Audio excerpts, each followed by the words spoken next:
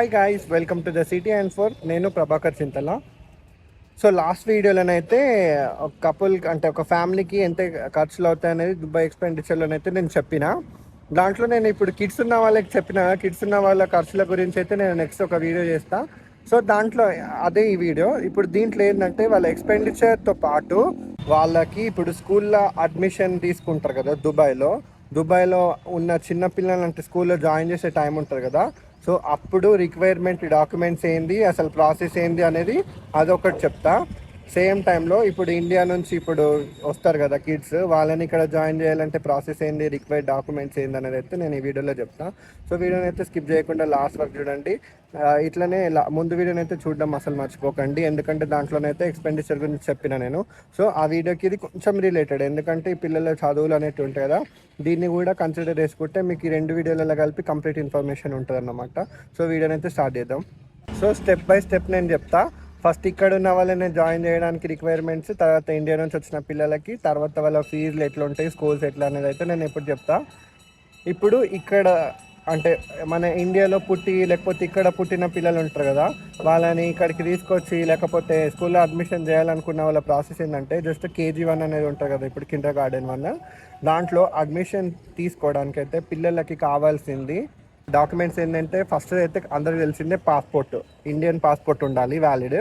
Second వచ్చేసేమో Emirates ID. ఇప్పుడు పిల్లలకు కూడా ఎమిరేట్స్ ఐడి ఉంటుంది ఇక్కడ ఉన్న వాళ్ళకి. డిపెండెంట్ వీసా వాళ్ళకి కానీ స్పౌస్ వీసా కానీ ఉంటుంది కదా, దానికి కూడా ఎమిరేట్స్ ఐడి ఉంటుంది, అది కావాలి. బర్త్ సర్టిఫికేట్ తీసుకుంటారు, సేమ్ 4 ఫోటో కాపీస్ తీసుకుంటారు. సేమ్ టైంలో పేరెంట్స్ ఒరిజినల్ పాస్పోర్ట్ ఇంకా వీసా ఎమిరేట్స్ ఐడి కూడా కాపీస్ తీసుకుంటారు.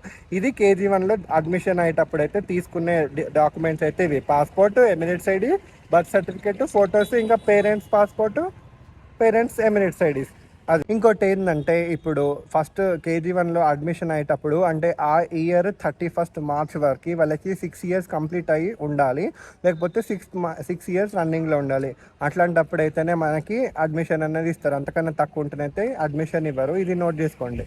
సేమ్ టైంలో ఇప్పుడు ఇండియా నుంచి వచ్చే వాళ్ళు ఉంటారు కదా, ఇండియాలో కొంచెం చదువుకొని ఇక్కడికి వచ్చే పిల్లలు ఉంటారు కదా, వాళ్ళకి ఎట్లా అంటే సేమ్ వాళ్ళకైతే డిపెండెంట్ వీసా మీద తీసుకొస్తారు కాబట్టి పాస్పోర్ట్ ఉంటుంది. ఇప్పుడు నేను చెప్పిన అన్నీ కూడా సేమ్ వీళ్ళకి కూడా passport, Emirates ID, visa copy, photos, birth certificate తీసుకుంటారు.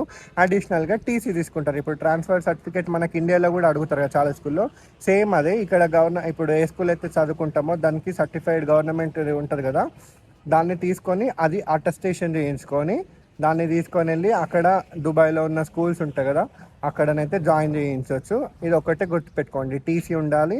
ఆ TC ఇప్పుడు మార్క్ షీట్ ఉంటుంది కదా, దానికైతే లోకల్ ఎడ్యుకేషనల్ ఆఫీసర్స్ ఉంటారు కదా ఇక్కడ మనకి ఇండియాలో, వాళ్ళతోటి స్టాంప్ పైన అటెస్టెడ్ సర్టిఫికేట్ ఉంటేనే ఖచ్చితంగా తీసుకుంటారు.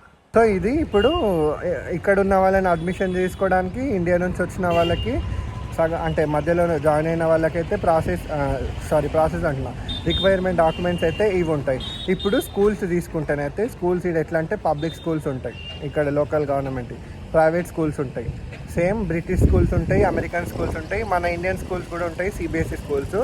మన ఇంకా సేమ్ పేరెంట్స్ శాలరీ ఎట్లుంటుందో దాన్ని బట్టి అయితే అడ్మిషన్స్ తీసుకోవచ్చు. ఇప్పుడు కొంతమంది ఎట్లా అంటే కొన్ని ప్రైవేట్ స్కూల్స్ ఉంటాయి, చిన్న కిండర్ గార్డెన్ జాయిన్ చేసే వాళ్ళకి అడ్మిషన్ ఫీజు ఉంటుంది, 500 dirham తీసుకుంటారు.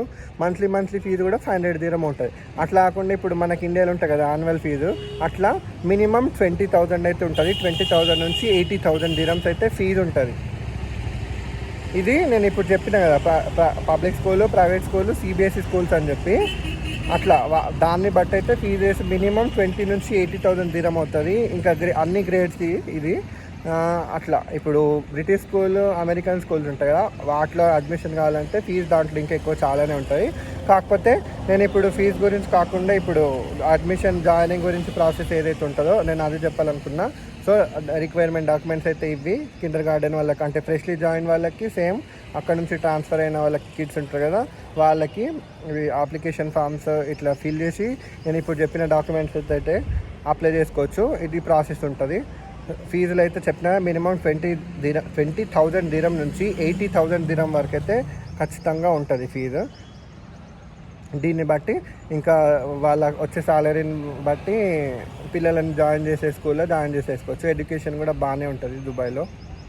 సో ఇది ఇవాళ వీడియోనైతే మీకు కొంచెమన్నా యూస్ఫుల్ ఉంటుందేమో, యూజ్ అవుతుందేమో అని అనుకుంటున్నా. వీడియోనైతే షేర్ చేయండి, ఎవరికి అవసరం ఉంటుందో వాళ్ళకి. లైక్ చేయడం మర్చిపోకండి, అట్లనే సబ్స్క్రైబ్ కూడా చేసుకోండి. అండ్ థ్యాంక్ యూ వీడియోస్ చూస్తున్న వాళ్ళందరికీ. నెక్స్ట్ ఇంకొక మంచి వీడియోతో నేను మళ్ళీ వస్తాను. Bye bye.